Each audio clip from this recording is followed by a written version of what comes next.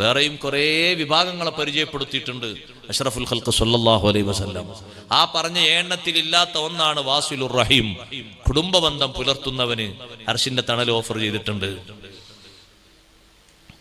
ഒരു പെണ്ണ് ഭർത്താവൊക്കെ മരണപ്പെട്ട് ചെറിയ കുട്ടികളെ ബാക്കിയാക്കിയിട്ട് ഭർത്താവ് പിരിഞ്ഞുപോയി. ആ ചെറിയ യതീം കുട്ടികളെ പോറ്റി വളർത്തിയിട്ട് പഠിപ്പിച്ച് അവരെ നല്ല ഒരു ജീവിതം കൊടുത്ത് ദീനിയായി വളർത്തി പോറ്റി വളർത്തിയ ഉമ്മ, ആ പെണ്ണിനെ അർശിന്റെ തണലുണ്ട് എന്ന് സയ്യിദുനാ റസൂലുള്ളാഹി. അതിന് ചെറിയ കഷ്ടപ്പാടൊന്നും അല്ല ഉമ്മ അനുഭവിക്കുക.